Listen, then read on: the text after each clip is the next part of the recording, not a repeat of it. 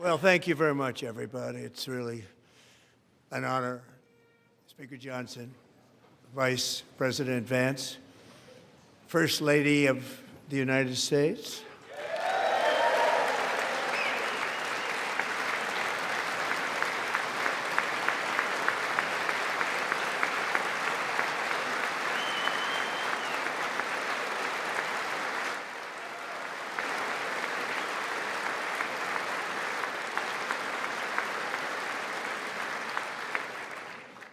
Second Lady of the United States,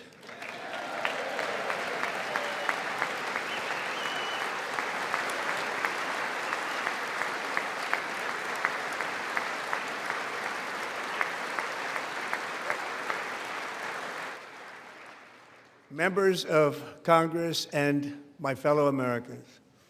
Our nation is back, bigger, better, richer, and stronger than ever before.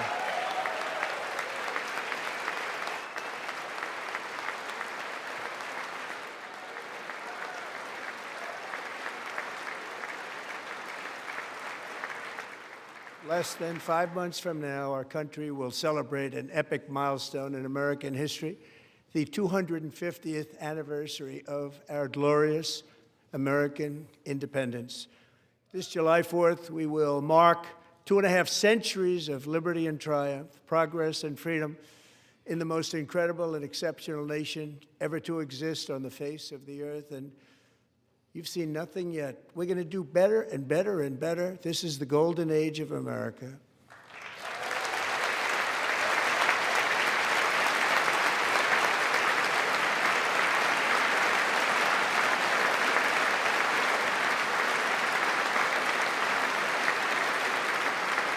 When I last spoke in this chamber 12 months ago, I had just inherited a nation in crisis with a stagnant economy, inflation at record levels, a wide-open border, horrendous recruitment for military and police, rampant crime at home, and wars and chaos all over the world.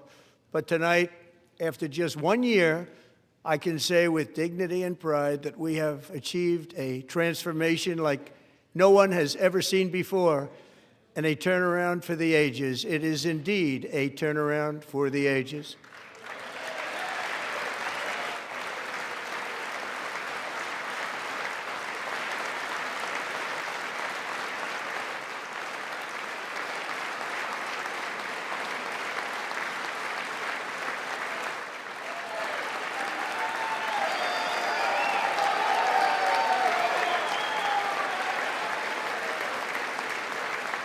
And we will never go back to where we were just a very short time ago. We're not going back.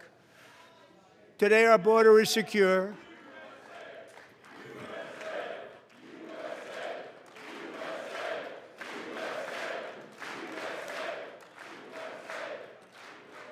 Thank you.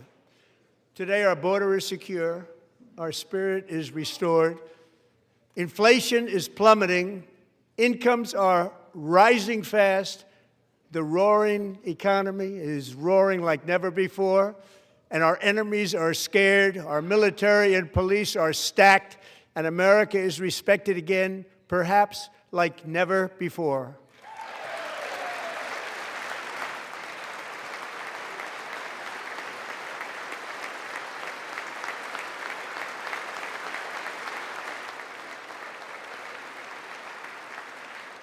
After 4 years in which millions and millions of illegal aliens poured across our borders, totally unvetted and unchecked, we now have the strongest and most secure border in American history by far.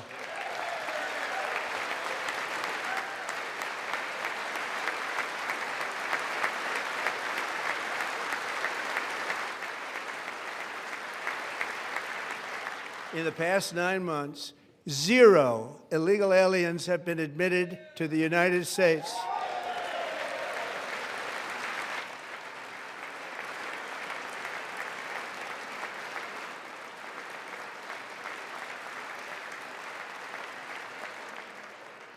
But we will always allow people to come in legally, people that will love our country and will work hard to maintain our country.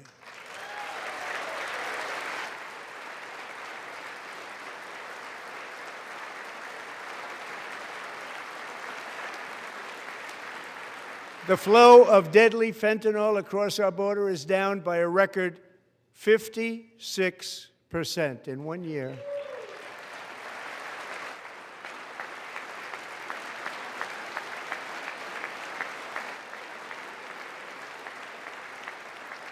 And last year, the murder rate saw its single largest decline in recorded history. This is the biggest decline, think of it, in recorded history, the lowest number in over 125 years, year 1900. In fact, substantially before my wonderful father, I had a wonderful father, Fred, before he was born, substantially before he was born. That's a long time ago. He wouldn't like me to say that, but that's a long time ago. The Biden administration and its allies in Congress gave us the worst inflation in the history of our country. But in 12 months, my administration has driven core inflation down to the lowest level in more than 5 years. And in the last 3 months of 2025, it was down to 1.7%.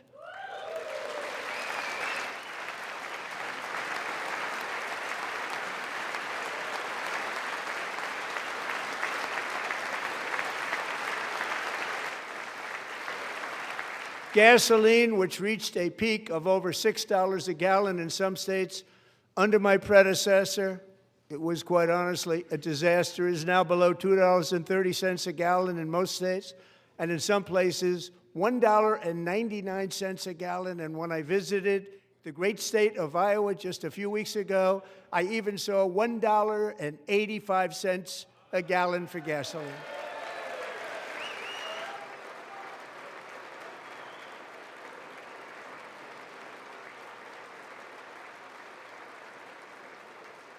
Mortgage rates are the lowest in 4 years and falling fast, and the annual cost of a typical new mortgage is down almost $5,000 just since I took office. 1 year.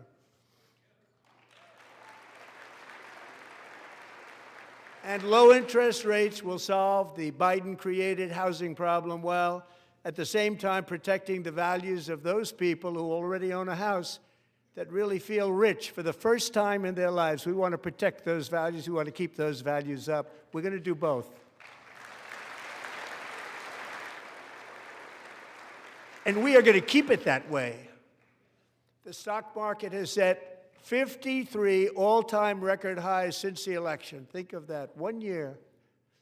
Boosting pensions, 401ks, and retirement accounts for the millions and millions of Americans. They're all gaining. Everybody's up, way up. In 4 long years, the last administration got less than $1 trillion in new investment in the United States. And when I say less, substantially less. In 12 months, I secured commitments for more than $18 trillion pouring in from all over the globe.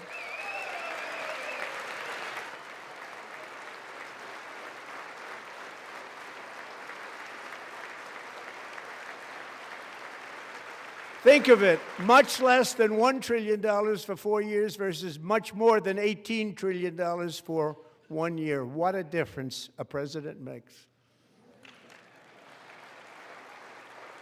A short time ago, we were a dead country. Now we are the hottest country anywhere in the world, the hottest.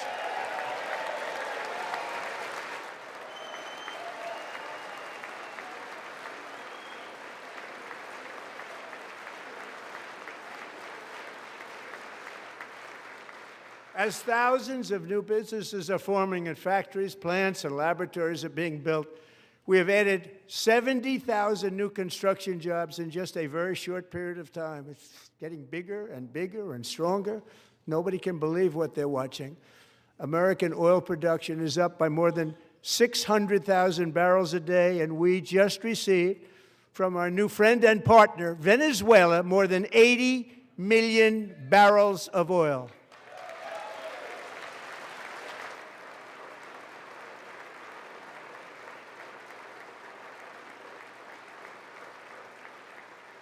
American natural gas production is at an all-time high because I kept my promise to drill, baby, drill.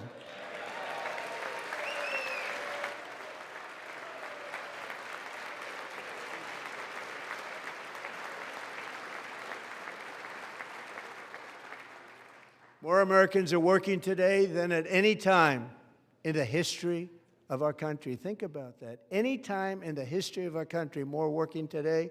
And 100% of all jobs created under my administration have been in the private sector.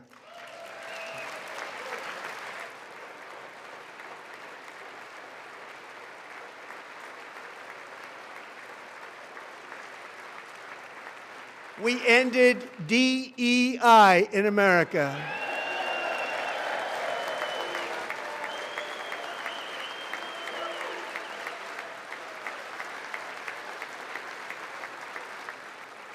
We cut a record number of job-killing regulations, and in 1 year we have lifted 2.4 million Americans, a record, off of food stamps.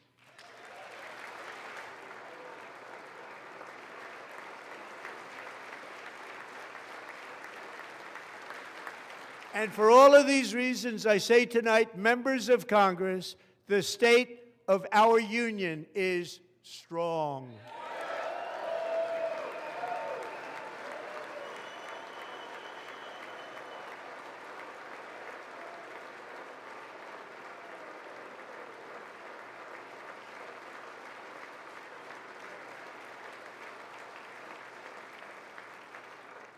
Our country is winning again. In fact, we're winning so much that we really don't know what to do about it.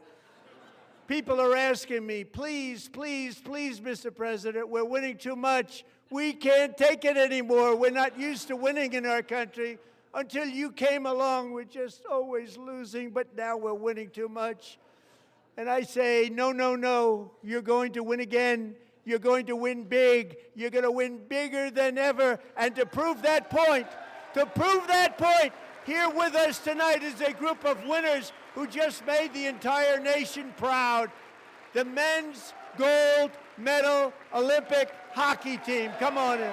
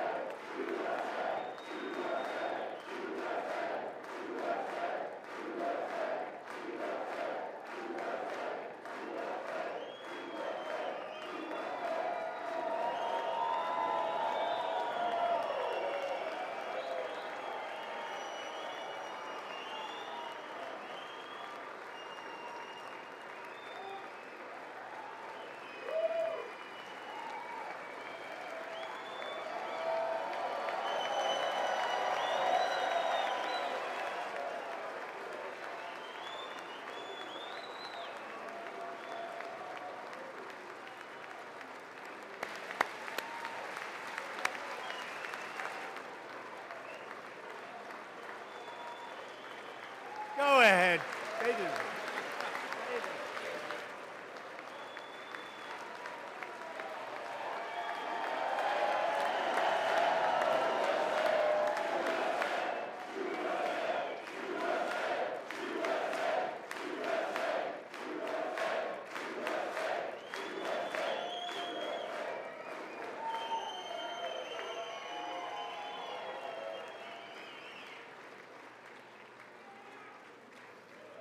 That's the first time I've ever seen them get up. And actually, not all of them did get up. But they beat a fantastic Canadian team in overtime, as everybody saw, as did the American women who will soon be coming to the White House.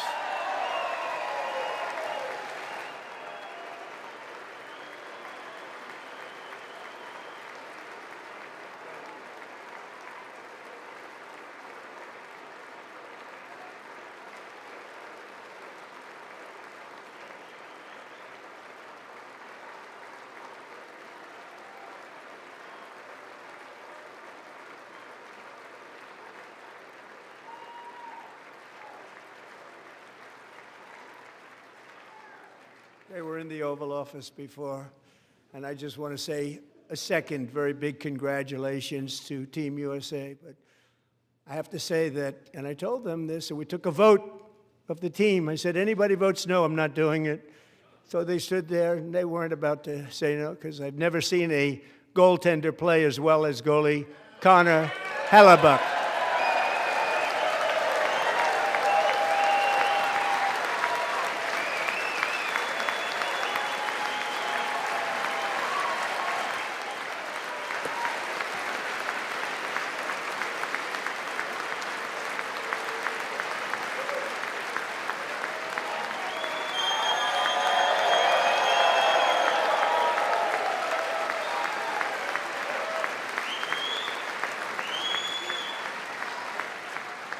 Think of it, 46 shots on goal, and I asked him, the one shot, the one where you put your stick in the back and it hit the neck of your stick and bounced off, do you practice that, or was that a little lucky?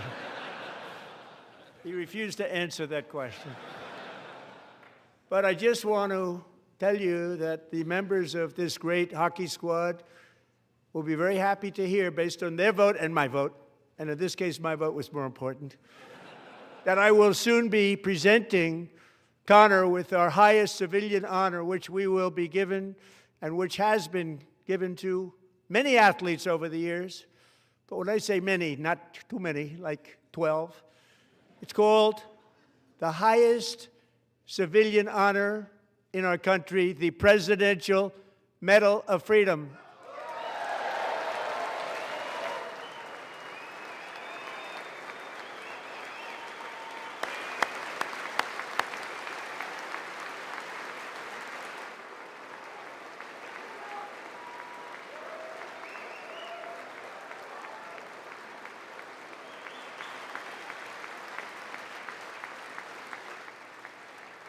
Great athletes have gotten that, very great, the best, and I thought he deserved it. And I did take a vote, every single one of them. I said, I'm not giving it if anybody goes no, and every single one of them rapidly put up their hand.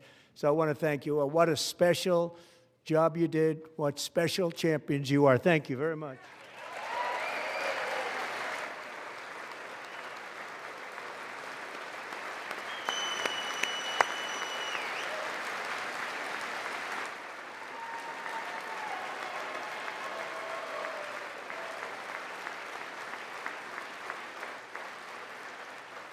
I'm also pleased to say that the next time the Olympic torch is lit, it will be here in America for the 2028 Olympics, and it's the summer version right in Los Angeles. We're going to do a good job in Los Angeles.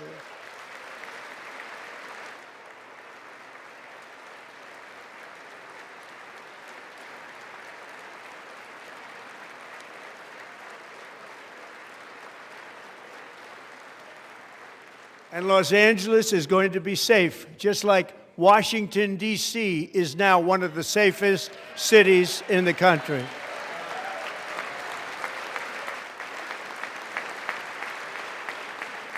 And this year, and I must say I got them both. I got them in my first term, and I was disappointed because I didn't think I'd be the president when this happened. But strange things took place. And now I've got them because I got the Olympics and I got the 2026 FIFA World Cup, and I wanted to claim the 250th, but I didn't get away with that one. I couldn't claim that one for myself. But we're getting the World Cup, so we have the World Cup and the Olympics coming, and that is exciting news.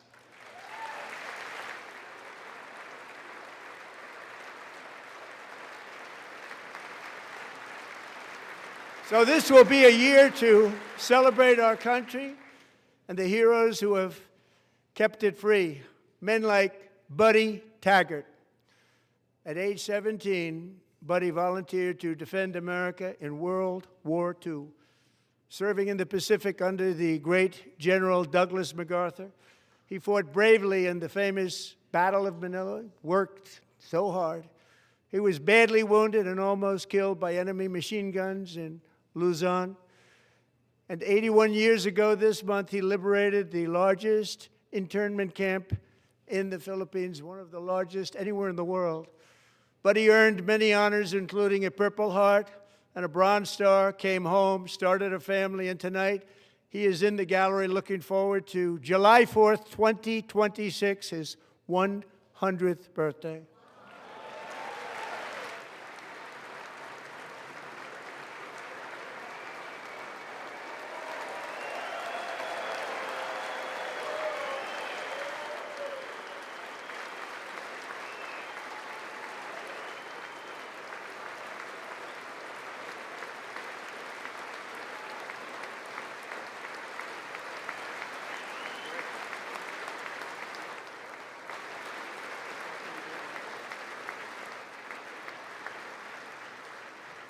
So, buddy, you're a brave man, and we salute you.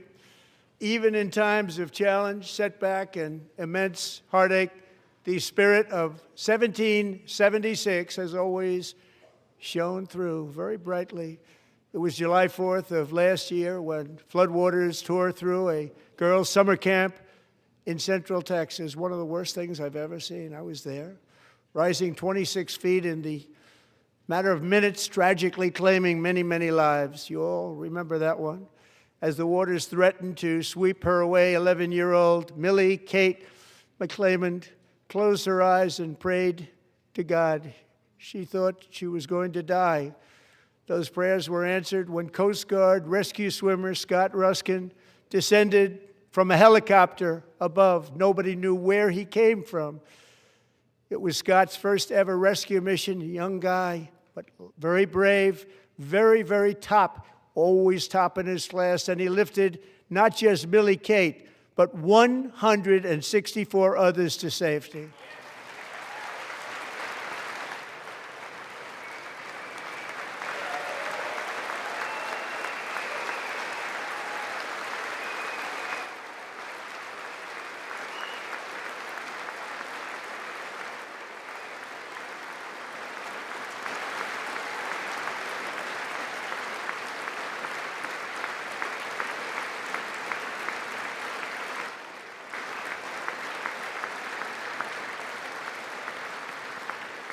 People watched Scott from a distance, and they couldn't believe what they were seeing. The winds were blowing, the rain was pouring, everything was going, and that rapid water, nobody's ever seen anything like it. They said, wow, that's something. Tonight, Scott and Millie Kate are here together, reunited for the very first time. Thank you, Scott, Millie Kate.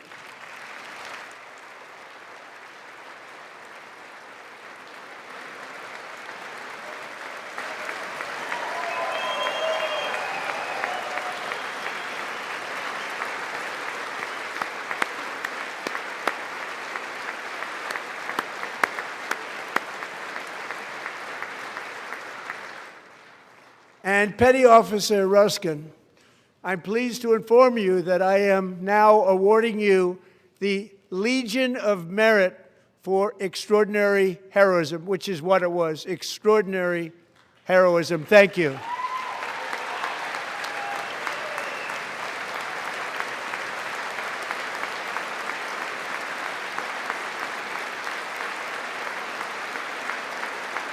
And I'd like to have the military aide to please come down and take care of the service. Military aide, thank you very much. Take care of that very important service. Thank you very much. From 1776 to today, every generation of Americans has stepped forward to defend life, liberty, and the pursuit of happiness. And they're really doing it for the next generation. But now it's our turn. Together we're building a nation where every child has the chance to reach higher and go further, where government answers to the people, not the powerful, and where the interests of hardworking American citizens are always our first and ultimate concern. That is the debt we owe to the heroes who came before us, and that is the promise we must keep to America for our 250th year. Last year, I urged this Congress to begin the mission by passing the largest tax cuts in American history, and our Republican majorities delivered so beautifully. Thank you, Republicans.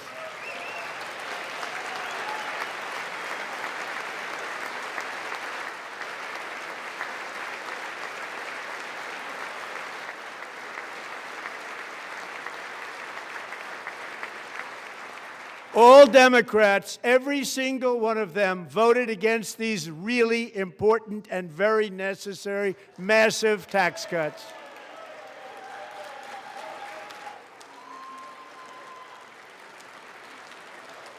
They wanted large-scale tax increases to hurt the people instead.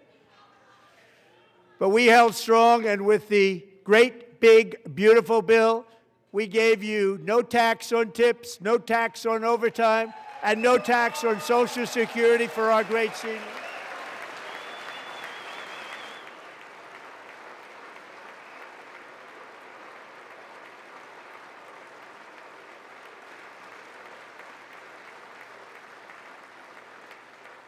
And we also made interest on auto loans tax deductible the first time, but only if the car is made in America.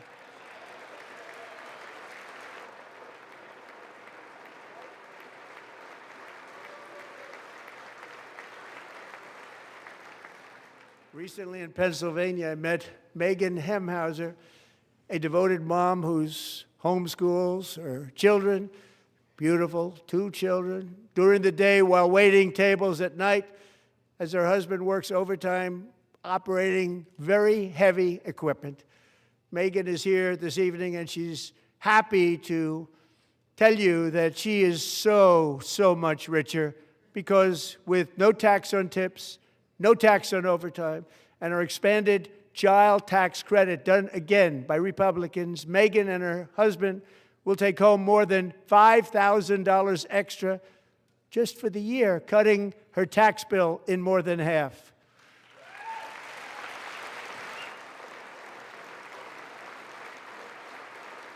Megan, please stand up. We're fighting for you, Megan. Thank you, Megan. Thank you, Megan. We're fighting for you, Megan. Under our bill, parents like Megan can also activate their children's brand new Trump accounts. And I didn't name it. I did not name it. I did not name that.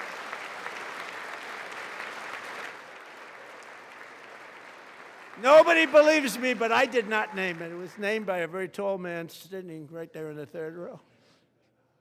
Nice man, a good man. Tax-free investment accounts for every American child. This is something that's so special and has taken off and gone through the roof. Millions will be pre-funded courtesy of the U.S. Treasury and private individuals like Michael and Susan Dell, who have donated $6.25 billion to fund the Trump accounts for 25 million American children. They're great people.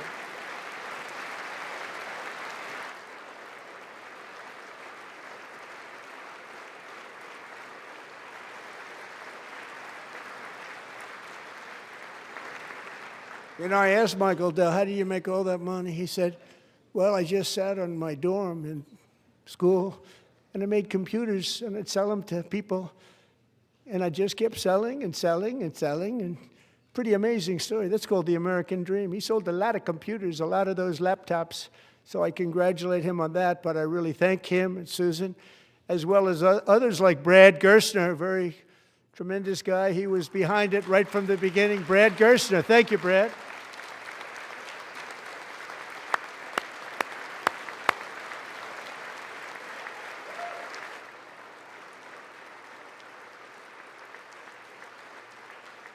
So with modest additional contributions, these young people's accounts could grow to over $100,000 or more by the time they turn 18. Think of it, how much money is that for somebody that started with nothing? Over $100,000, could be much more than that. To make this investment in our children's future, go to trumpaccounts.gov, trumpaccounts.gov. And a lot of people are doing it. It's setting every record in the book. It's popular. They knew what it was going to take. I'm so proud of them. I'm so proud of the people that got it started. And now it's just taken off. One of the primary reasons for our country's stunning economic turnaround, the biggest in history, where the Dow Jones broke 50,000 4 years ahead of schedule, and the S&P hit 7,000, where it wasn't supposed to do it for many years, were tariffs. I used these tariffs, took in hundreds of billions of dollars to make great deals for our country, both economically and on a national security basis. Everything was working well. Countries that were ripping us off for decades are now paying us hundreds of billions of dollars. They were ripping us so badly, you all know that. Everybody knows it. Even the Democrats know it. They just don't want to say it. And yet these countries are now happy, and so are we. We made deals. The deals are all done. And they're happy. They're not making money like they used to, but we're making a lot of money. There was no inflation, tremendous growth, and the big story was how Donald Trump called the economy correctly and 22 Nobel Prize winners in economics didn't. They got it totally wrong. They got it really wrong. And then just 4 days ago, an unfortunate ruling from the United States Supreme Court. It just came down. It came down. Very unfortunate ruling. But the good news is that almost all countries and corporations want to keep the deal that they already made, right, Scott? Knowing that the legal power that I, as president, have to make a new deal could be far worse for them, and therefore they will continue to work along the same successful path that we had negotiated before the Supreme Court's unfortunate involvement. So despite the disappointing ruling, these powerful, country-saving, it's saving our country, the kind of money we're taking in, peace-protecting. Many of the wars I settled was because of the threat of tariffs. I wouldn't have been able to settle them without. Will remain in place under fully approved and tested alternative legal statutes. And they have been tested for a long time. They're a little more complex, but they're actually probably better, leading to a solution that will be even stronger than before. Congressional action will not be necessary. It's already time-tested and approved. And as time goes by, I believe the tariffs paid for by foreign countries will, like in the past, substantially replace the modern-day system of income tax, taking a great financial burden off the people that I love.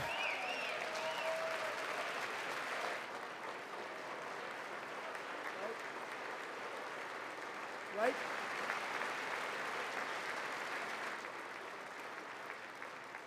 Moving forward, factories, jobs, investment, and trillions of dollars will continue pouring into the United States of America because we finally have a president who puts America first. I put America first.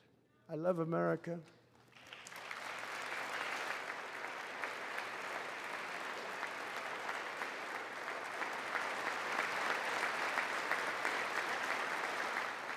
For decades before I came along, we had the exact opposite.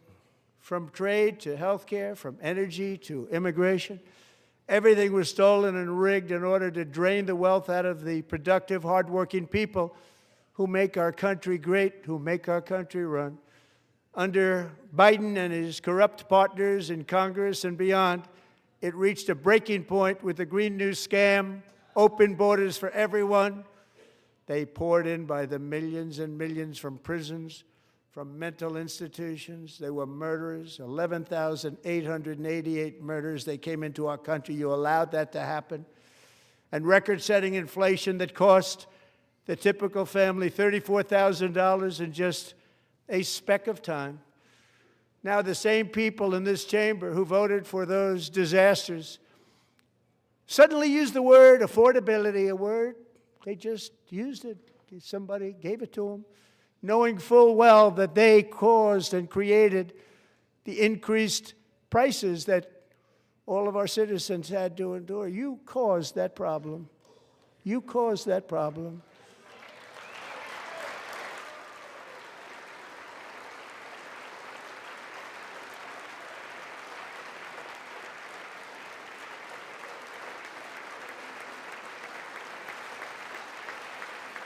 They knew their statements were a lie. They knew it.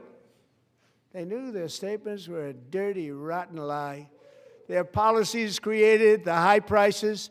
Our policies are rapidly ending them. We are doing really well. Those prices are plummeting downward.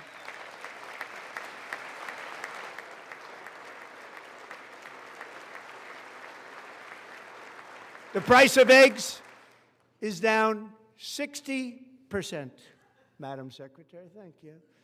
The cost of chicken, butter, fruit, hotels, automobiles, rent is lower today than when I took office by a lot. And even beef, which was very high, is starting to come down significantly. Just hold on a little while. We're getting it down.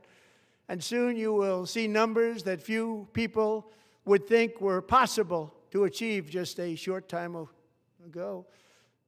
Nobody can believe when they see the kind of numbers, and especially energy, when they see energy going down to numbers like that, they cannot believe it. It's like another big tax cut. I'm also confronting one of the biggest ripoffs of our times, the crushing cost of health care caused by you.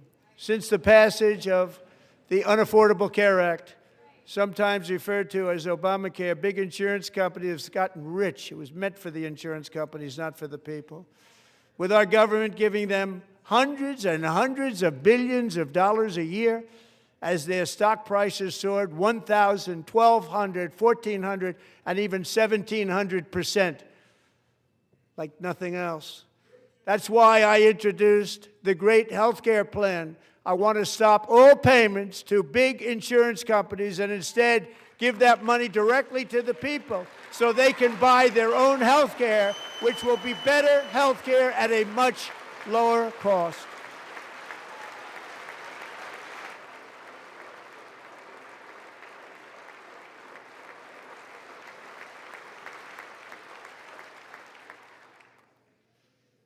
In addition, my plan requires maximum price transparency. That's a big deal. Sounds so simple, so big. And I did that in my first term, and the Democrats immediately terminated it with full knowledge that they were doing a very bad thing for the people. Costs were going to go way up, and that's what happened, and now I'm bringing them way down on health care and everything else. I'm also ending the wildly inflated cost of prescription drugs like has never happened before.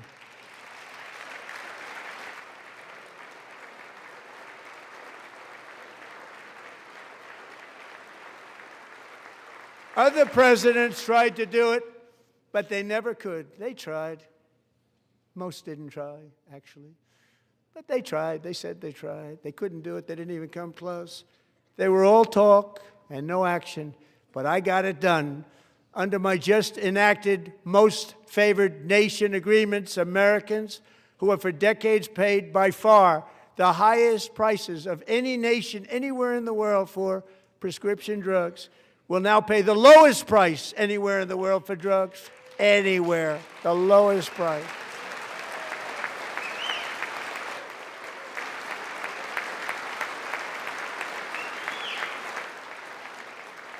So in my first year of the second term, should be my third term, but strange things happen. I took prescription drugs, a very big part of health care, from the highest price in the entire world to the lowest. That's a big achievement. The result is price differences of 300, 400, 500, 600% and more, all available right now at a new website called TrumpRx.gov. And I didn't name that one either, by the way.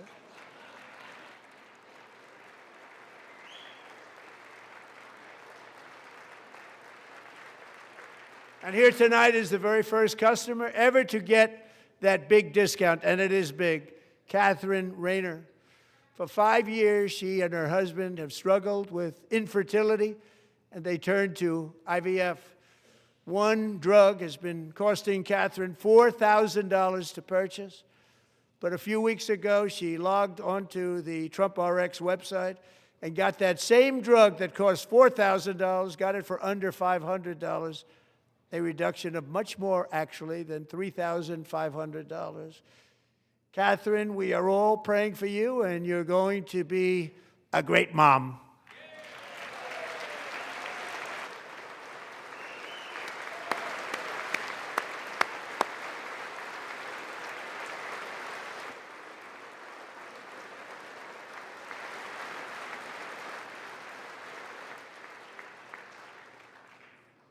So now I'm calling on Congress to codify my most favored nation program into law. Now, the one thing, I'm not sure it matters because it's going to be very hard for somebody that comes along after me to say, let's raise drug prices by 700 or 800%. But John and Mike, if you don't mind, codify it anyway. They may do it. Codify it anyway. Thank you. Many Americans are also concerned that energy demand from AI data centers could unfairly drive up their electric utility bills. Tonight, I'm pleased to announce that I have negotiated the new rate Ratepayer Protection Pledge. You know what that is? We're telling the major tech companies that they have the obligation to provide for their own power needs. They can build their own power plants as part of their factory so that no one's prices will go up. And in many cases, prices of electricity will go down for the community, and very substantially down. This is a unique strategy never used in this country before. We have an old grid. It could never handle the kind of numbers, the amount of electricity that's needed. So I'm telling them they can build their own plant. They're going to produce their own electricity. It will ensure the company's ability to get electricity while at the same time lowering prices of electricity for you, and could be very substantial for all of you cities and towns. You're going to see some good things happen over the next number of years. Another pillar of the American dream that has been under attack is home ownership. With us tonight is Rachel Wiggins, a mom of two from Houston. She placed bids on 20 homes and lost all of those bids to gigantic investment firms that bypassed inspection, paid all cash, and turned those houses into rentals, stealing away her American dream. She was devastated. Stories like this are why last month I signed executive order to ban large Wall Street investment firms from buying up in the thousands single-family homes.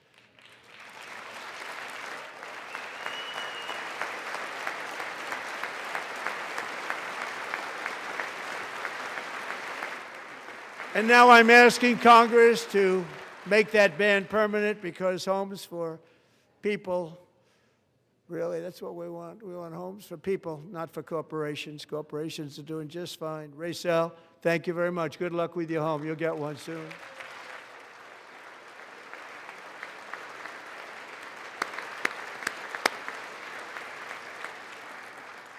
We're also working to make it easier for Americans to save for retirement.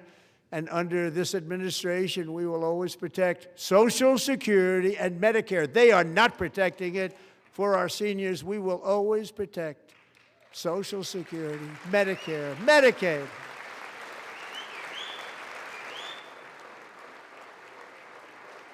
Since I took office, the typical 401k balance is up by at least $30,000. That's a lot of money. We have millions and millions of people, because the stock market has done so well, setting all those records. Your 401ks are way up. Yet half of all of working Americans still do not have access to a retirement plan with matching contributions from an employer. To remedy this gross disparity, I'm announcing that next year my administration will give these often forgotten American workers, great people, the people that built our country, access to the same type of retirement plan offered to every federal worker. We will match your contribution with up to $1,000 each year.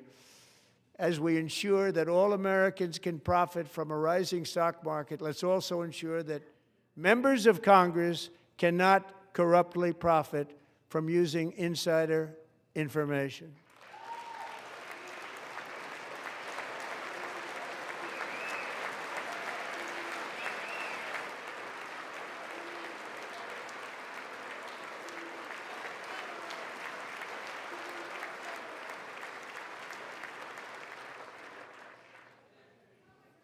They stood up for that. I can't believe it.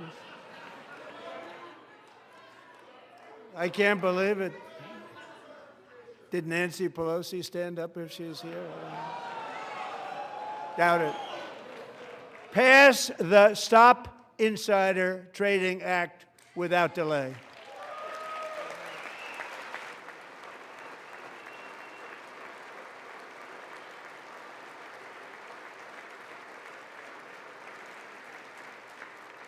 I wasn't sure if anybody, even on this side, was going to applaud for that. I'm very impressed. Thank you. I'm very impressed.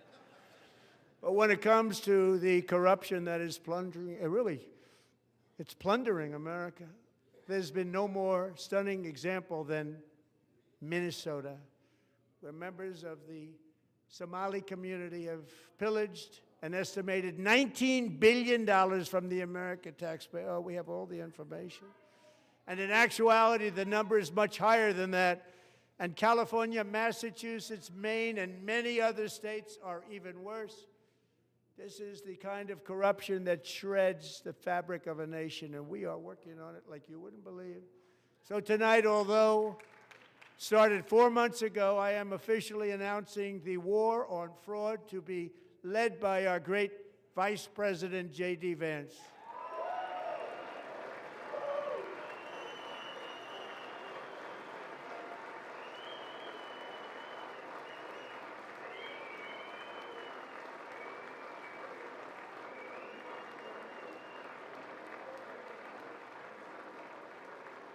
He'll get it done.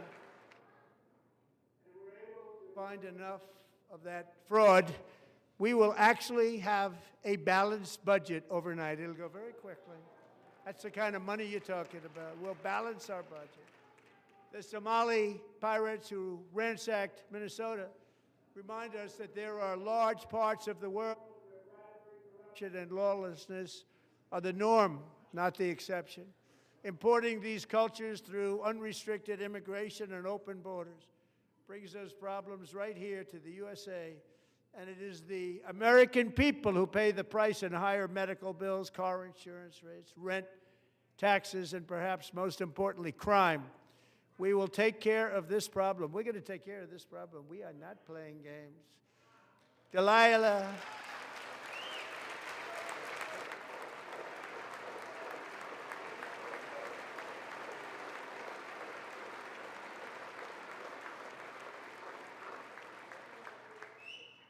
Delilah Coleman was only 5 years old in June 2024 when a 18-wheel tractor trailer plowed into her stopped car traveling at 60 miles an hour or more.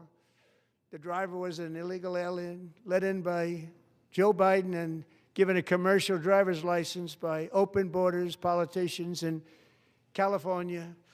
Doctors said Delilah would never be able to walk or talk, have a good life. She wouldn't even be able to eat again. But against all odds, she is now in the first grade learning to walk. And she's here this evening with her dad, Marcus, a fantastic man. Delilah, please, you are a great inspiration. Please stand up.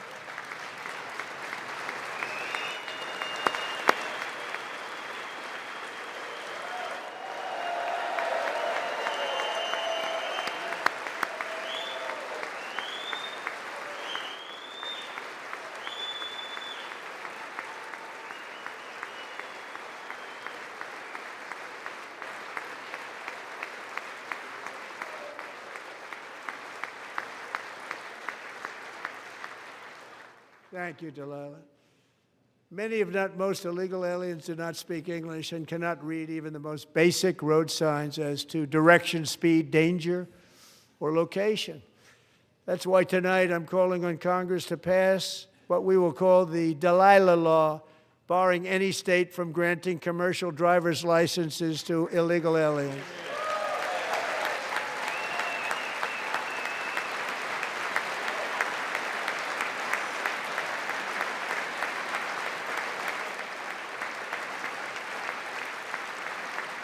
And yesterday, as you probably saw at the White House, I hosted a ceremony with Americans who lost their treasured loved ones to the scourge of illegal immigration. People came into our country, how we allowed this to happen with our open borders. These are the angel moms and families that for decades our government betrayed and our media totally ignored. It was terrible. Hard to believe, actually. In 2023, a 16-year-old high school cheerleader named Elizabeth Medina was supposed to perform in her town's Christmas parade, but she never arrived. Her mother, Jacqueline, went home to look for her, and she found her lying dead in a bathtub, bleeding profusely after being stabbed 25 times. Elizabeth's killer was a previously arrested illegal alien who had broken in and brutally extinguished the brightest light in her family's life, violently and viciously. Her heartbroken mother is in the gallery to remind everyone in this chamber exactly why we are deporting illegal alien criminals to our country at record numbers, and we're getting them the hell out of here fast. We don't want them.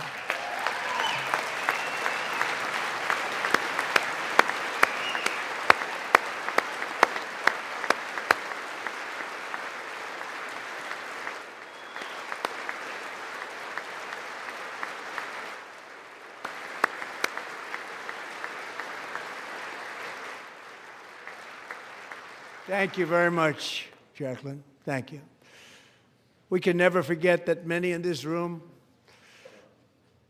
not only allowed the border invasion to happen before I got involved, but indeed they would do it all over again if they ever had the chance. If they ever got elected, they would open up those borders to some of the worst criminals anywhere in the world.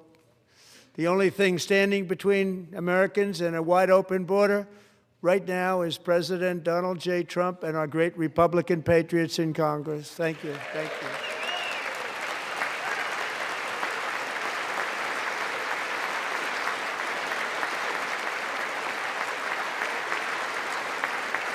As we speak, Democrats in this chamber have cut off all funding for the Department of Homeland Security. It's all cut off. It's all cut off. They have instituted another Democrat shutdown, the first one costing us 2 points on GDP. 2 points we lost on GDP, which probably made them quite happy, actually. Now they have closed the agency responsible for protecting Americans from terrorists and murderers. Tonight I'm demanding the full and immediate restoration of all funding for the border security, Homeland Security of the United States, and also for helping people clean up their snow. We have no money because of the Democrats, and it would be nice. We'd love to give you a hand at cleaning it up, but you gave no money. Nobody's getting paid. It's a shame. So you have to think about it. We have, in case you didn't know, a pretty large snowstorm out there. One of the great things about the State of the Union is how it gives Americans the chance to see clearly what their representatives really believe. So tonight I'm inviting every legislator to join with my administration in reaffirming a fundamental principle. If you agree with this statement, then stand up and show your support. The first duty of the American government is to protect American citizens, not illegal aliens.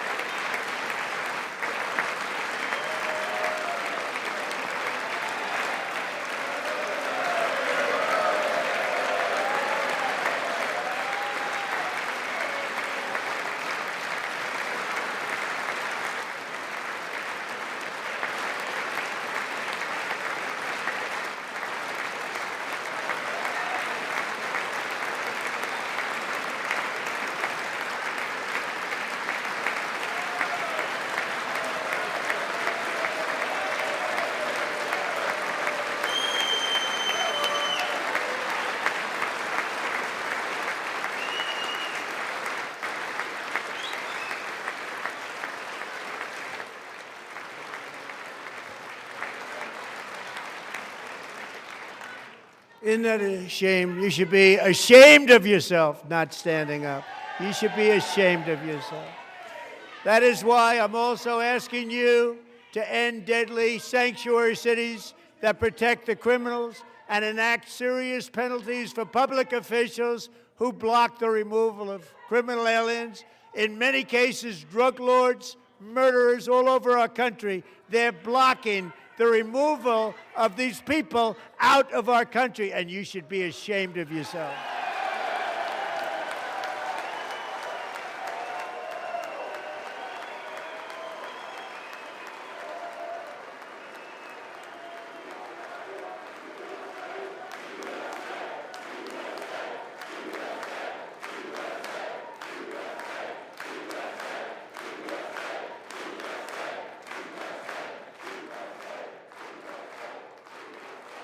And perhaps most importantly, I'm asking you to approve the Save America Act.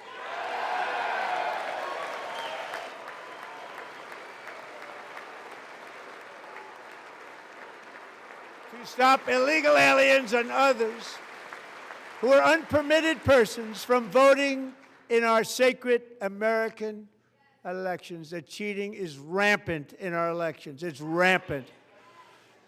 It's very simple. All voters must show voter ID.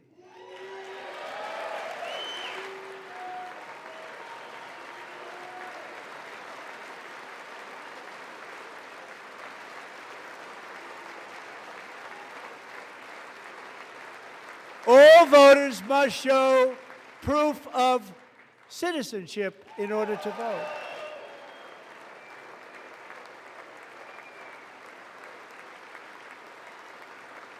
And no more crooked mail-in ballots except for illness, disability, military, or travel.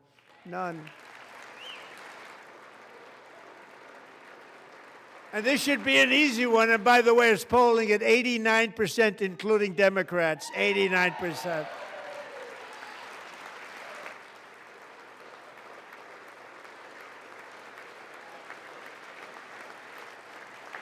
And even the new communist mayor of New York City, I think he's a nice guy, actually. Speak to him a lot. Bad policy, but nice guy. Just said they want people to shovel snow. They got hit hard.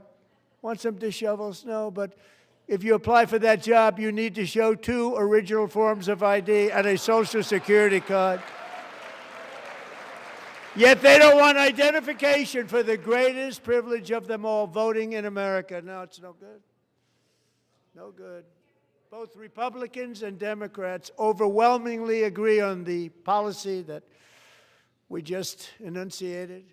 And Congress should unite and enact this common sense, country-saving legislation right now, and it should be before anything else happens.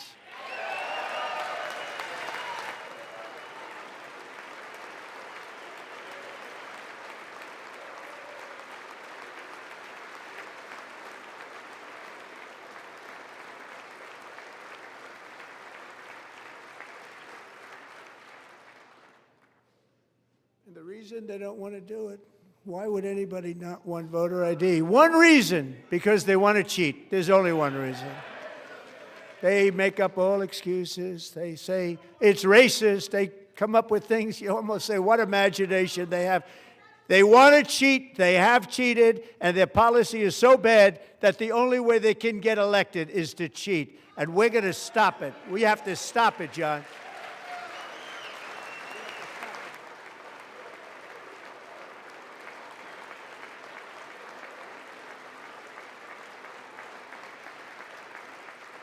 And here is one more opportunity to show common sense in government.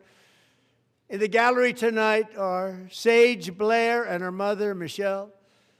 In 2021, Sage was 14 when school officials in Virginia sought to socially transition her to a new gender, treating her as a boy and hiding it from her parents. Hard to believe, isn't it?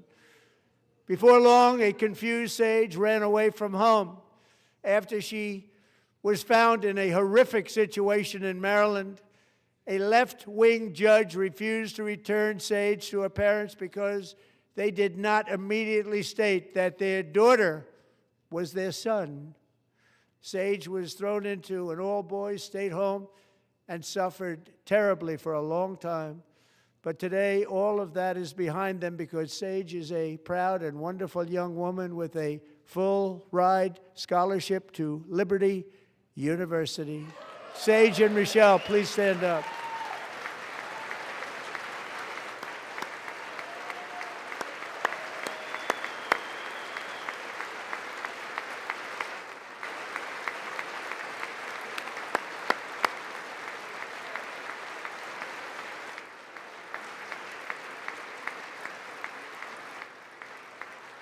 And thank you for your great bravery. And who can believe that we're even speaking about things like this? 15 years ago, if somebody was up here and said that, they'd say, what's wrong with him?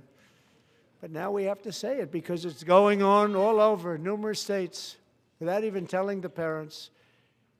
But surely we can all agree no state can be allowed to rip children from their parents' arms and transition them to a new gender against the parents' will. Who would believe that we're even talking about this? We must ban it, and we must ban it immediately.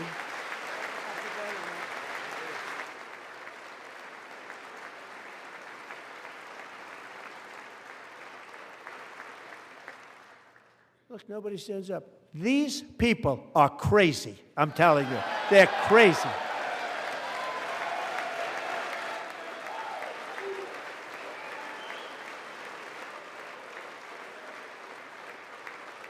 Amazing. Incredible. Boy, oh boy. We're lucky we have a country. With people like this, Democrats are destroying our country, but we've stopped it just in the nick of time, didn't we? Huh?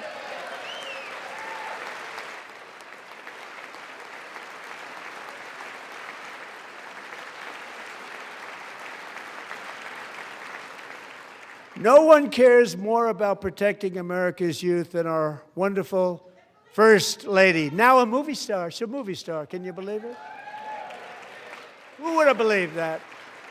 Over the past year, she has had an incredible impact championing AI legislation, advancing a landmark executive order on foster care, and helping secure $30 million to launch the Melania Trump Foster Youth to Independence Initiative. It's a tremendous, really a tremendous thing that happened and had a lot of bipartisan support. She gets much better bipartisan support than I do. I get none. She gets a lot.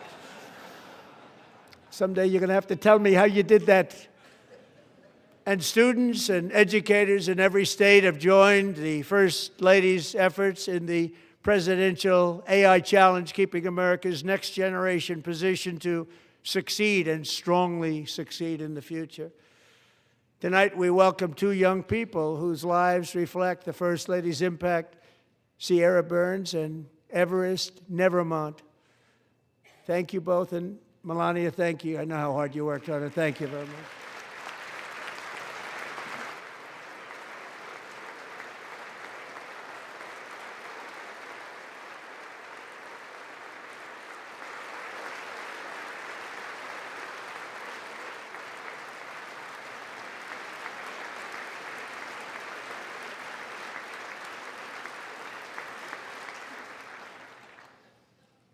I'm very proud to say that during my time in office, both the first 4 years and in particular this last year, there has been a tremendous renewal in religion, faith, Christianity, and belief in God. Tremendous renewal.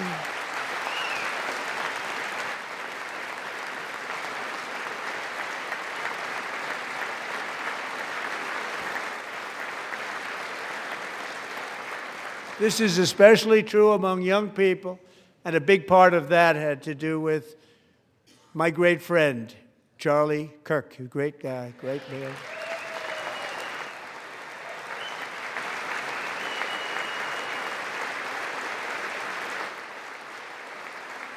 So last year, Charlie was violently murdered by an assassin and martyred, really martyred for his beliefs. His wonderful wife, Erica, is with us tonight. Erica, please stand.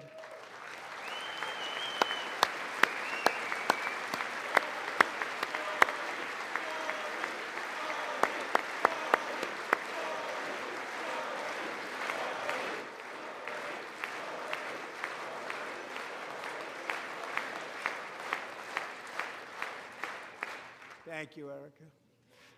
Been through a lot. In Charlie's memory, we must all come together to reaffirm that America is one nation under God, and we must totally reject political violence of any kind.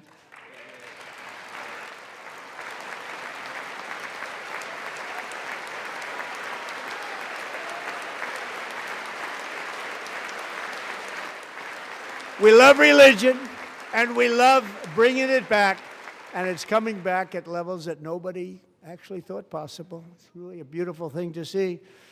Above all, unleashing America's promise requires keeping our communities safe.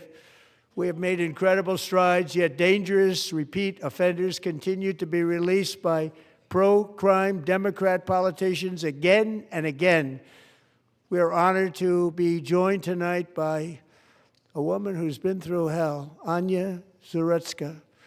In 2022, she and her beautiful daughter, so beautiful, what a beautiful young woman, Irina, fled war-torn Ukraine to live with relatives near Charlotte, North Carolina. And by the way, what's going on with Charlotte? Last summer, 23-year-old Irina was riding home on the train when a deranged monster who had been arrested over a dozen times and was released through no cash bail stood up and viciously slashed a knife through her neck and body. No one will ever forget. There were people on that train. No one will ever forget the expression of terror on Irina's face as she looked up at her attacker in the last seconds of her life. She died instantly. She had escaped a brutal war only to be slain by a hardened criminal, set free to kill in America, came in through open borders. Mrs. Zaretska, tonight I promise you we will ensure justice for your magnificent daughter, Irina.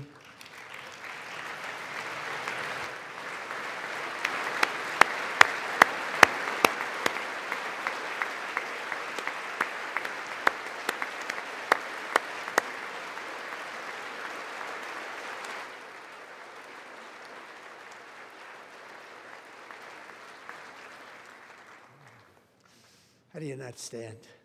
How do you not stand? I'm asking this Congress to pass tough legislation to ensure that violent and dangerous repeat offenders are put behind bars, and importantly, that they stay there.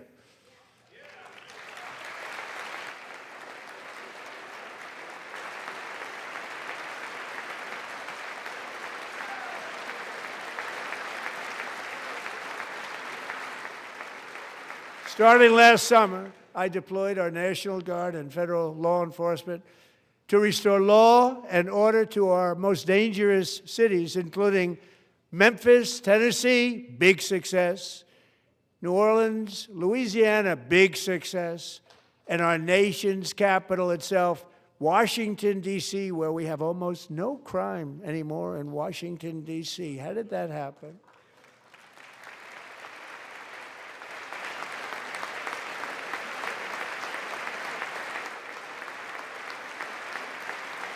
In fact, crime in Washington is now at the lowest level ever recorded, and murders in D.C. this January were down close to 100% from a year ago.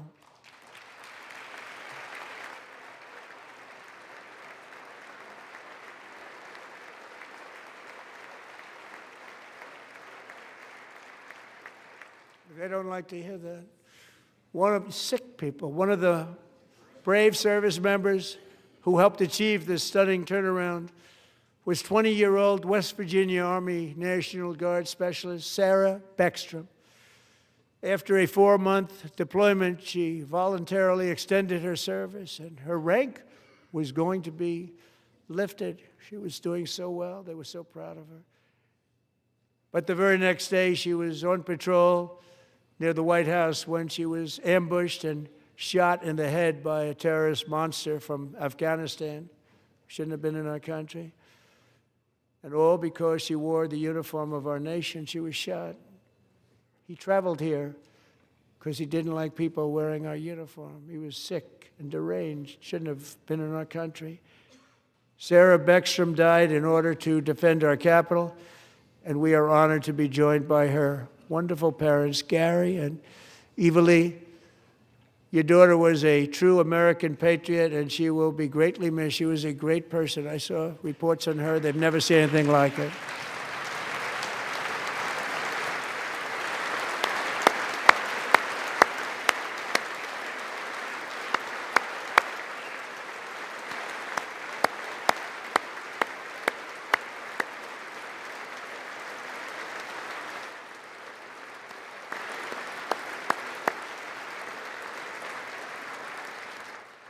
So sorry. Thank you very much. She's a great young lady. I saw reports that were like Perfect. She was perfect. Serving alongside Sarah that day was Staff Sergeant Andrew Wolf. The terrorist shot Andrew in the head, and no one thought he could possibly make it. The two of them, Sarah and Andrew, both shot violently in the head. Neither was expected to make it. They weren't even given a chance, except his wonderful mother, named Melody, who I spoke to the same night. And she was so positive. The doctors thought that Andrew was gone. But his mother said, no, Mr. President, Andrew will be fine. He's going to make it. I've never seen anything like it. I mean, he was given almost no chance. She said, I have no doubt, sir, he's going to be okay. This was a conversation that I had with her that night, with her son laying helplessly in bed, blood all over. Everybody is praying, she said, sir, he will be okay. The doctors didn't understand what she was saying. And after looking at the results of the damage done, neither did I. She was so strong and conclusive that even Andrew's great father felt she didn't really understand the gravity of the situation. But she turned out to be right. Right, Melody? She turned out to be right.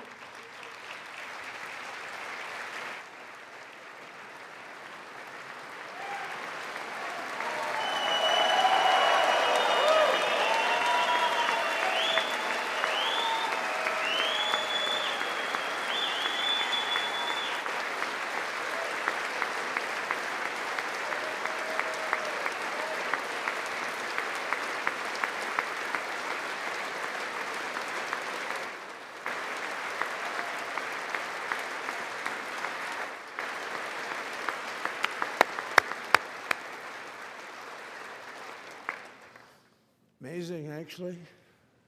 I said, where does this woman come from? She's the most positive person I've ever met. With God's help, Andrew has battled back from the edge of death, and we're talking about the edge of death, on his way to a miraculous recovery. He's got a little work to do, but he's doing great. Nice to see you. He's a good-looking guy. Nice to see you. Thanks, Andrew. Thank you very much.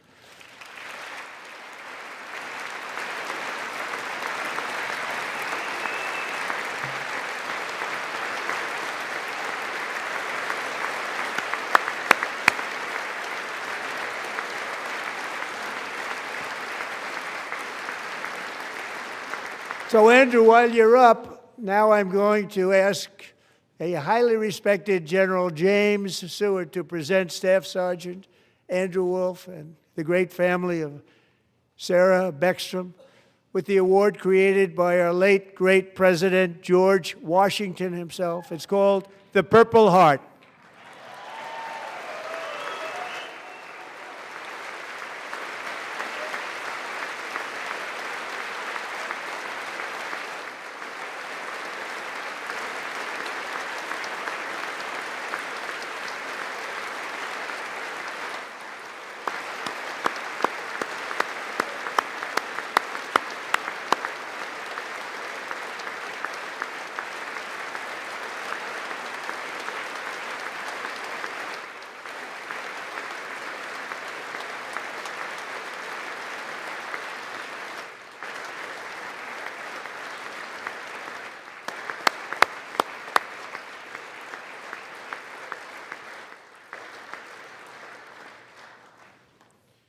We love you all. Love you. We're proudly restoring safety for Americans at home, and we are also restoring security for Americans abroad. Our country has never been stronger. In my first 10 months, I ended 8 wars, including Cambodia. Isn't it funny? Sick people. Cambodia and Thailand, Pakistan and India. Would have been a nuclear war. 35 million people, said the Prime Minister of Pakistan, would have died if it were not for my involvement. Kosovo and Serbia, Israel and Iran, Egypt and Ethiopia, Armenia and Azerbaijan, the Congo and Rwanda, and of course the war in Gaza, which proceeds at a very low level. It's just about there.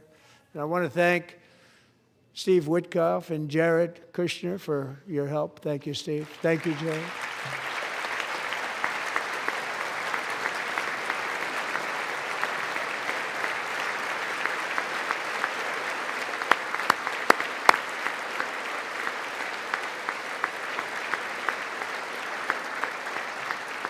And I also want to thank the man they report to, Secretary of State Marco Rubio. Thank you, Marco.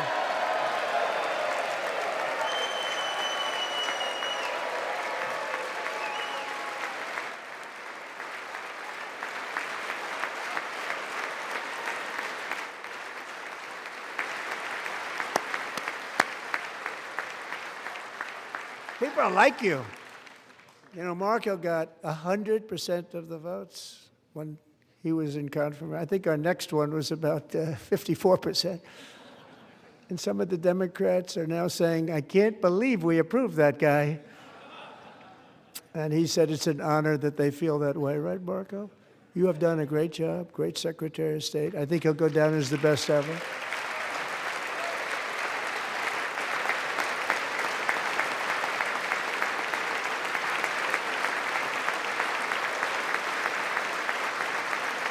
Under the ceasefire I negotiated, every single hostage, both living and dead, has been returned home. Can you believe that?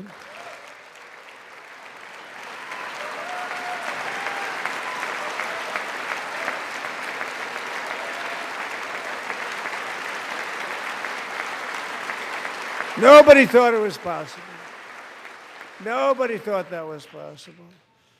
Both living and dead. And those parents who had a dead son, their boy, they'd always tell me their boy, they wanted him as much as though he were living.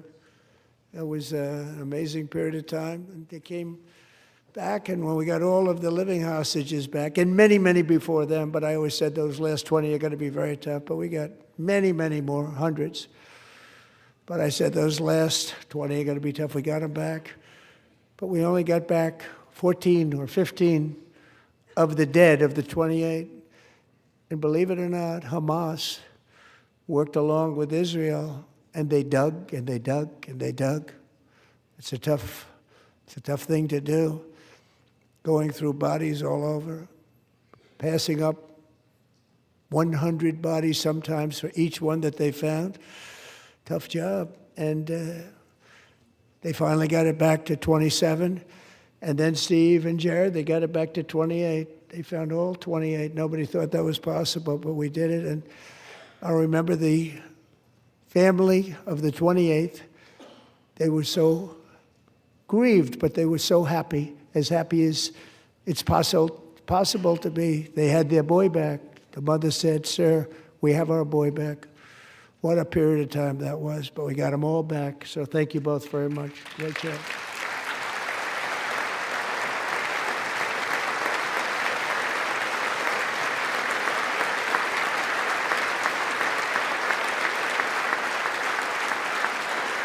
And we're working very hard to end the 9th war, the killing and slaughter between Russia and Ukraine, where 25,000 soldiers are dying each and every month. Think of that, 25,000 soldiers are dying a month. A war which would have never happened if I were president, would have never happened. As president, I will make peace wherever I can, but I will never hesitate to confront threats to America wherever we must. That's why in a breakthrough operation last June, the United States military obliterated Iran's nuclear weapons program with an attack on Iranian soil known as Operation Midnight Hammer.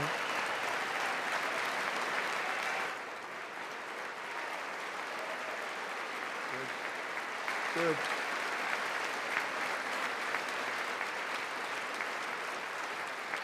For decades, it had been the policy of the United States never to allow Iran to obtain a nuclear weapon. Many decades. Since they seized control of that proud nation 47 years ago, the regime and its murderous proxies have spread nothing but terrorism and death and hate.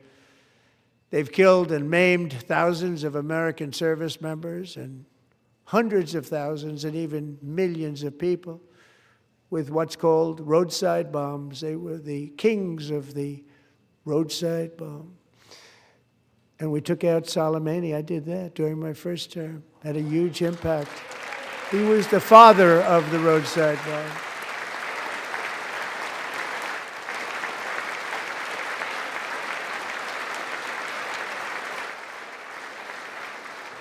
And just over the last couple of months with the protests, they've killed at least, it looks like, 32,000 protests. 32,000 protesters in their own country. They shot them and hung them. We stopped them from hanging a lot of them with the threat of serious violence. But this is some terrible people. They've already developed missiles that can threaten Europe and our bases overseas, and they're working to build missiles that will soon reach the United States of America. After Midnight Hammer, they were warned to make no future attempts to rebuild their weapons program, and in particular, nuclear weapons. Yet they continue. They're starting it all over. We wiped it out, and they want to start all over again, and are at this moment again pursuing their sinister ambitions. We are in negotiations with them. They want to make a deal, but we haven't heard those secret words. We will never have a nuclear weapon. My preference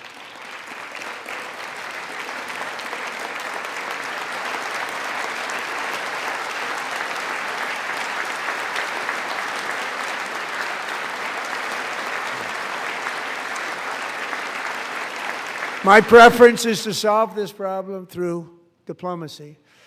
But one thing is certain, I will never allow the world's #1 sponsor of terror, which they are by far, to have a nuclear weapon. Can't let that happen.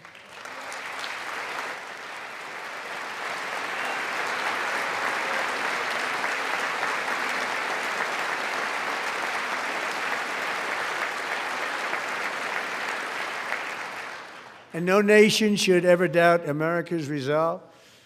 We have the most powerful military on earth. I rebuilt the military in my first term. We're going to continue to do so.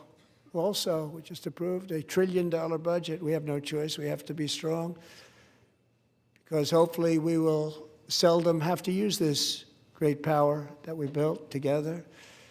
It's really called peace through strength, and it's been very, very effective.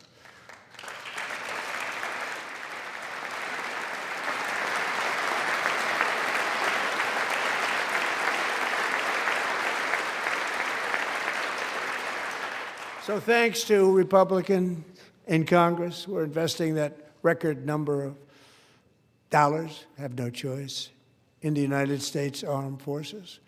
Also creating a lot of jobs, but we're not even doing it for that reason. Because as I said, we have more jobs, more people working today than ever before in the history of our country. And NATO countries are friends and allies. They are. They're our friends and they're our allies. Have just agreed, at my very strong request, to pay 5% of GDP for military defense rather than the 2%, which they weren't paying. We were paying for almost all of NATO. Now they're paying 5 as opposed to not paying 2.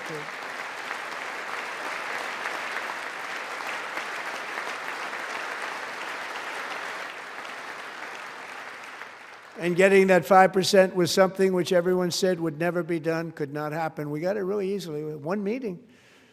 And big difference between 2% that's not paid. We were paying the freight of many of them. Very few were paid up.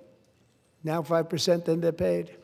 And everything we send over to Ukraine is sent through NATO, and they pay us in full.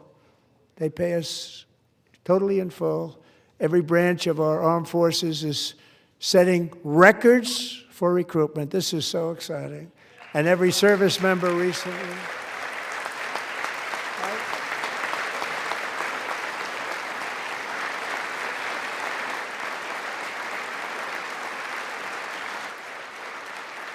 And every service member recently received a warrior dividend of $1,776.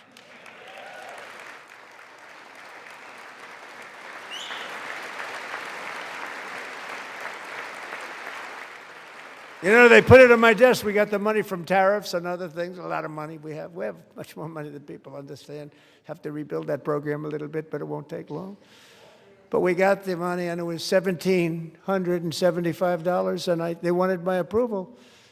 And I said, what's the number? $1,775. I said, wait a minute. For $1 more, we can have $1,776. It's going to I said, we're going to figure that. I never asked anybody if we could afford it. $1 more.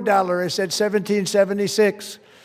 And I said, that's good. And I'll tell you what, our military, that was 4 months ago, our military, I never see a person in the military that doesn't thank me for it, so we're honored to do it. They deserve it.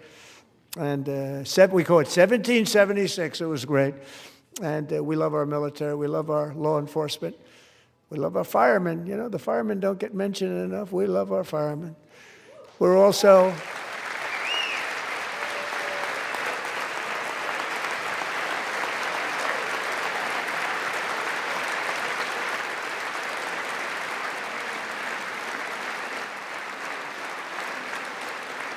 restoring American security and dominance in the Western Hemisphere, acting to secure our national interests and defend our country from violence, drugs, terrorism, and foreign interference. For years, large swaths of territory in our region, including large parts of Mexico, really large parts of Mexico, have been controlled by murderous drug cartels.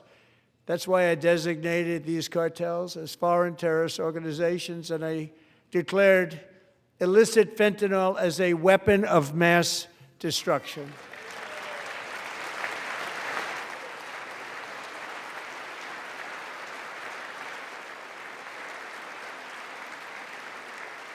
And with our new military campaign, we have stopped record amounts of drugs coming into our country and virtually stopped it completely coming in by water or sea. You probably noticed that. We very seriously damaged their fishing industry also. Nobody wants to go fishing anymore. We've also taken down one of the most sinister cartel kingpins of all. You saw that yesterday. In January,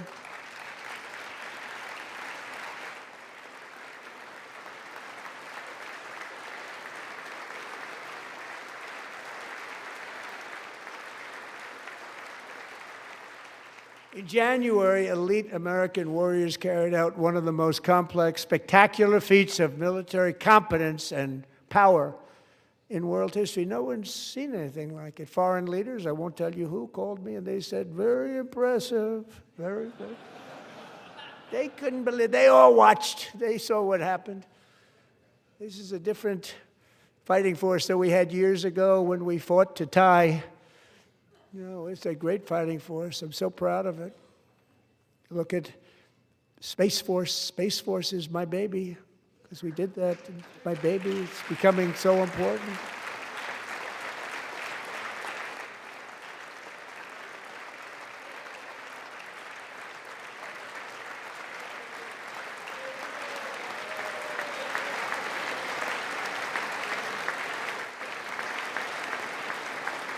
And America's armed forces overwhelmed all defenses and utterly defeated an enemy, good fighters, to end the reign of outlaw dictator Nicolas Maduro and bring him to face American justice.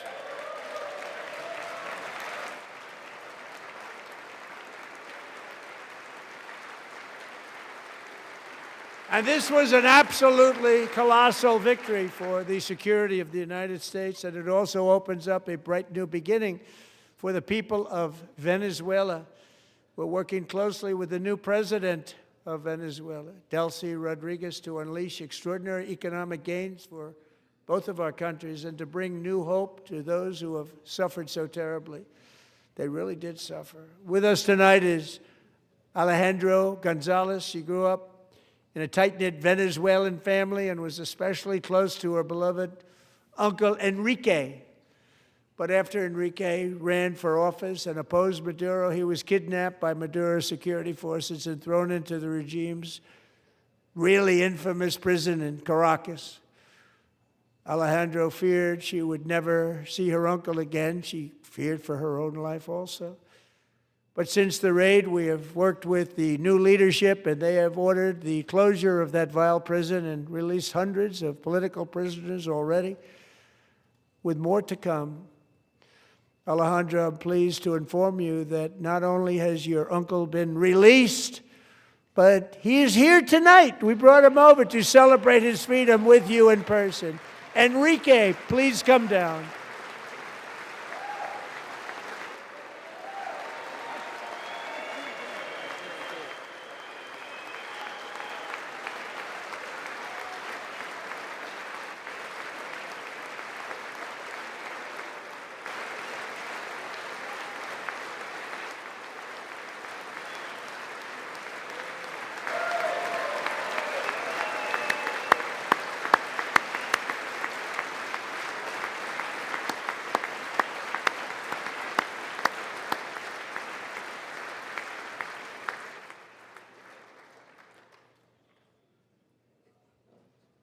Thank you, Enrique. Have a good time.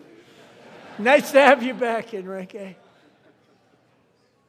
There were many heroes on that January raid to capture Maduro, really great heroes. It was very dangerous. They knew we were coming. They were all set. But the deeds of one warrior that night will live forever in the eternal chronicles of military valor. Chief Warrant Officer 5, Eric Slover, planned the mission and was the flight lead in the cockpit of the first helicopter, a big, beautiful, powerful helicopter. It was a massive Chinook carrying, as you can imagine, many, many American warfighters. Wearing the dog tags, his wife Amy had blessed with holy water before he left. She knew it was going to be a rough one. Eric steered the Chinook under the cover of night and descended swiftly upon Maduro's heavily protected military fortress. This was a major military installation, protected by thousands of soldiers and guarded by Russian and Chinese military technology. How did that work out? Not too good. While preparing to land, enemy machine guns fired from every angle, and Eric was hit very badly in the leg and hip, one bullet after another. He absorbed 4 agonizing shots, shredding his leg into numerous pieces. And yet, despite the fact that the use of his legs was vital to successful helicopter flight, legs are the most important part of flying a helicopter, to deliver the many commandos who would capture and detain Maduro was the only thing Eric was thinking about. Then, even as he was gushing blood, which was flowing back down the aisle, helicopter lands at a steep angle. The machine guns stood right in front of him. They were right in front of him, 2 machine gunners who escaped the wrath of the previous planes. Eric maneuvered his helicopter with all of those lives and souls to face the enemy and let his gunners eliminate the threat.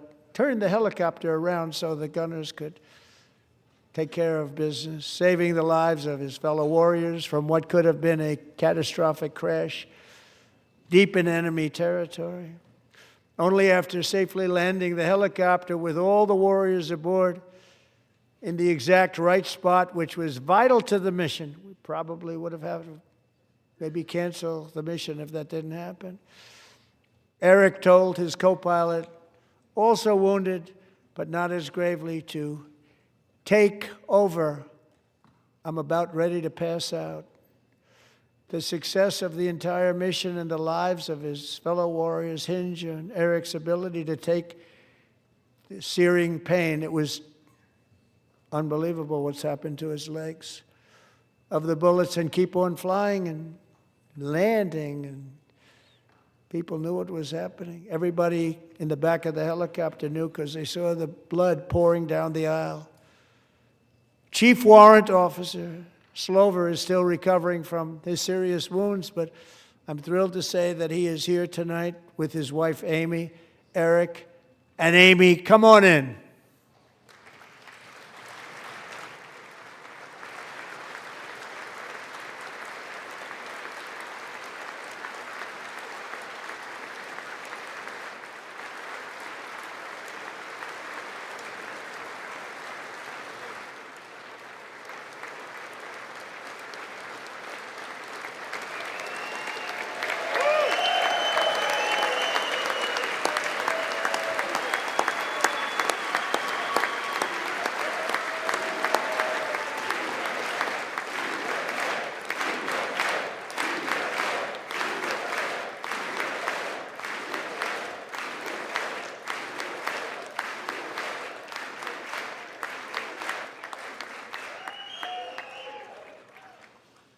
So we have a surprise for Eric and Amy. In recognition of Eric's actions above and beyond the call of duty, I would now like to ask General Jonathan Braga to present Chief Warrant Officer Slover with our nation's highest military award, the Congressional Medal of Honor.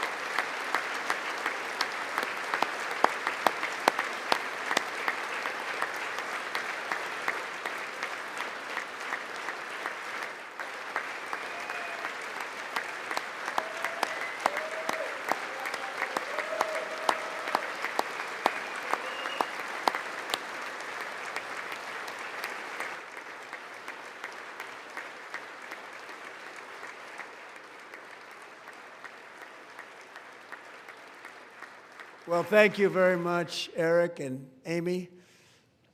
Great to get to know you. I met with them and with a lot of their fellow warriors at Fort Bragg recently.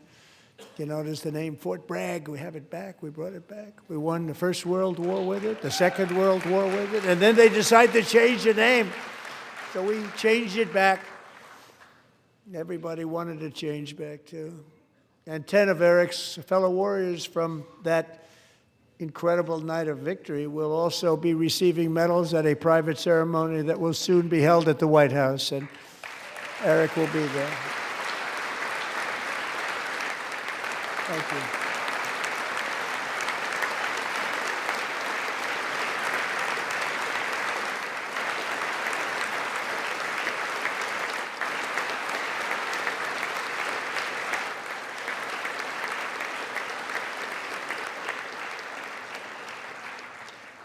Thank you, Eric. That's a big one. Tonight we've celebrated many truly extraordinary American patriots, but there is one last living legend to honor before we go.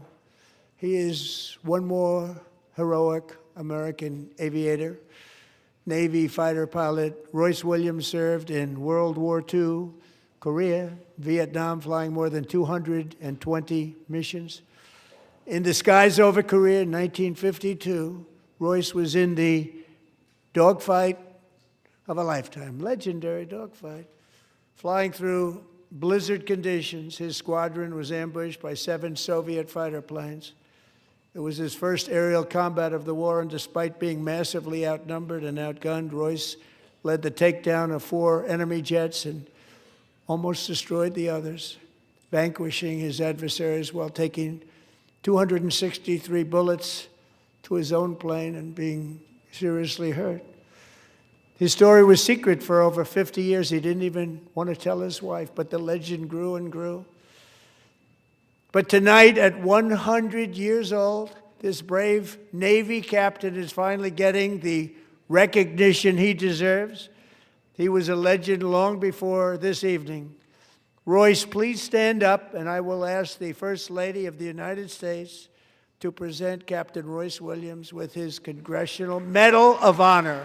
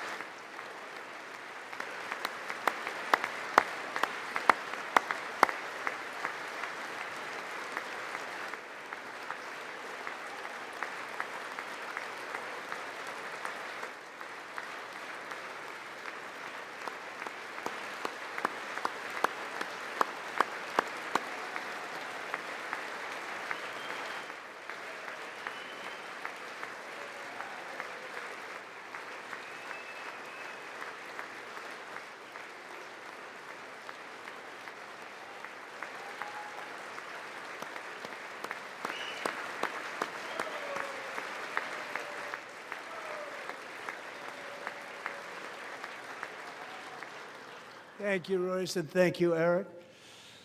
I've always wanted the Congressional Medal of Honor, but I was informed I'm not allowed to give it to myself, and I wouldn't know why I'd be taking it, but if they ever open up that law, I will be there with you someday. But you know, that's our highest honor, Congressional Medal of Honor, and that's a big thing, and it's an honor to be in the same room with you. Thank you both very much, Eric. Thank you.